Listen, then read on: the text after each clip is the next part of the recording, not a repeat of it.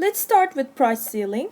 So here is the example for the market for apartments. So you can say that this is the rent control example, and we will use supply and demand to understand this rent control and price ceiling.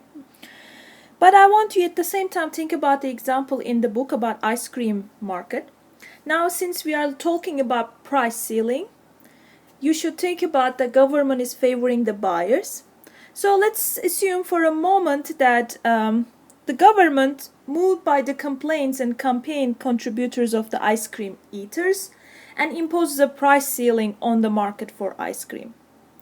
So two outcomes are possible if it's the ice cream market that you can follow the book, but I'm going to show this example on the rent control. Let's say the government listens the people who are renting the house, and based on their complaint, the government starts to impose a maximum price that you can charge for an apartment.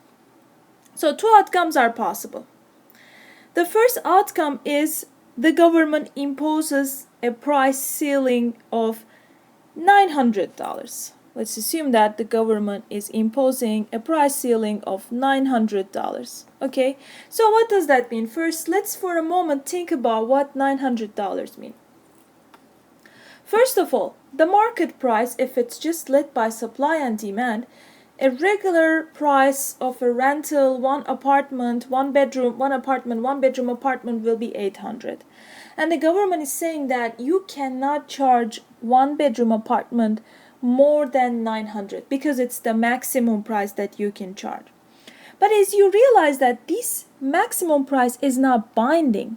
So the key word here is that binding. What is binding?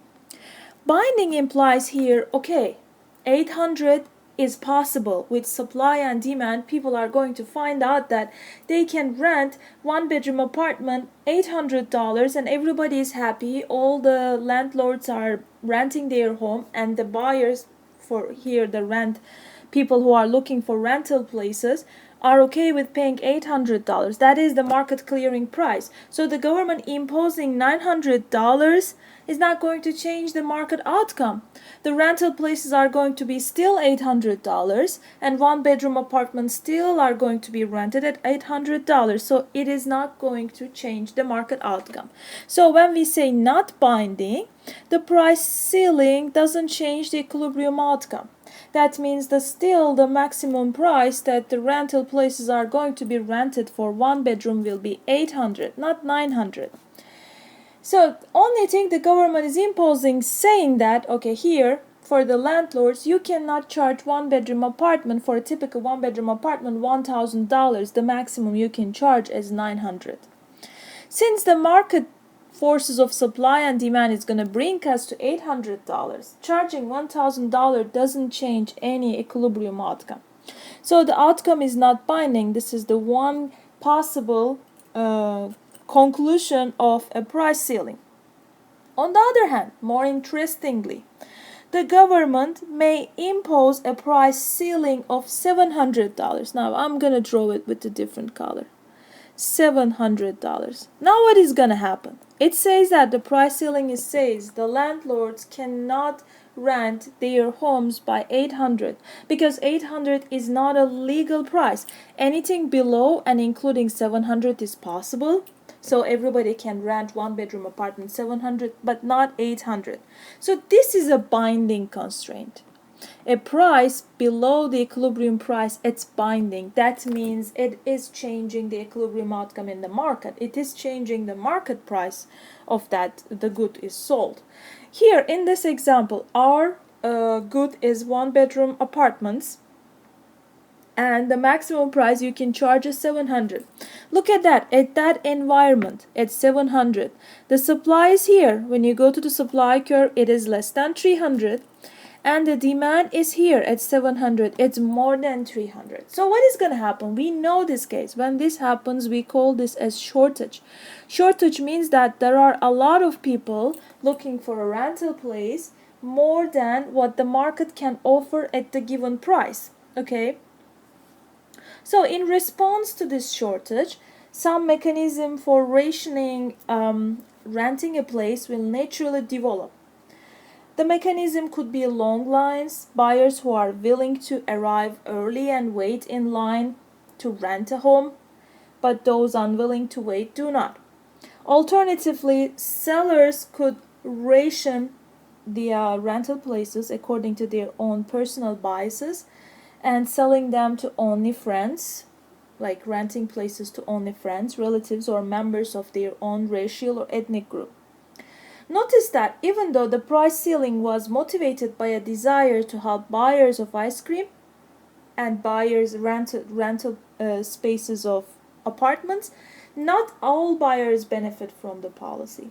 Some buyers do get to pay a lower price for the rental place, although they may have to wait in line to do so, or maybe they need to contact with the landlord several times. But other buyers cannot get any rental places because now the amount of rental places is not available as before. So this example in the market for rental places shows a general result. When the government imposes a binding price ceiling on a competitive market, a shortage of the good arises, and sellers must ration the scarce goods among the large number of potential buyers. The rationing mechanisms that develop under price ceilings are rarely desirable. Long lines are inefficient because they waste buyers' time. Discrimination according to seller bias is both inefficient because the good doesn't necessarily go to the buyer who values it most highly, and potentially unfair.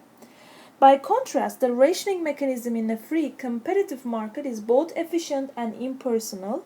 When the market for rental places reaches its equilibrium, anyone who wants to pay the market price can get the rental place. So free market ration goods with prices.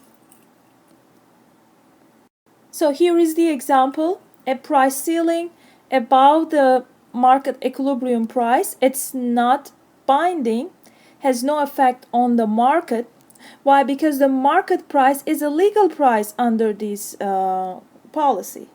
Still, 800 is available, and supply and demand market forces will bring the rental places at the price of 800. Okay.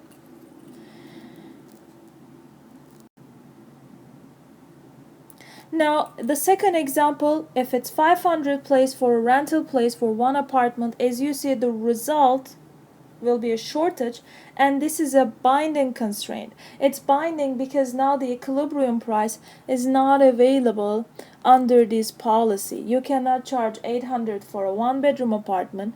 You have to charge the maximum 500. This will create a shortage, as you see, the demand 400 rental spaces compared to 250 supply places that is available. There is going to be 150 people looking for rental places. So with that scarce resources, buyers will compete each other. People who want to rent a house compete with each other to get this 250 scarce apartment. So what happens in the long run? Supply and demand are more price elastic, so the shortage will be larger, because as you know, in the rental places in the long run, people can arrange for their future, make plans, so everything is more price elastic, price sensitive. That means the rental places being cheaper, there will be more demand. At the same time, sellers are thinking that it's not worth it. Maybe they think it's not worth to rent a place at $500, so they will get out from the market while more people get into the market to rent a place. So the shortage will be larger in the long run. So let's summarize shortages and rationing. With a shortage, sellers must ration the goods among buyers. So what kind of rationing mechanisms they may have? Long lines, discrimination according to sellers' biases. They may think that they should rent a place to friends, to relatives, because now it's a cheap place. Instead of somebody that they don't know, they may choose between the alternatives by favoring their friends, their relatives, or maybe they think some races are better, so they may go according to that belief. Those mechanisms are often unfair and inefficient. The goods do not necessarily go to the buyers who value them most highly.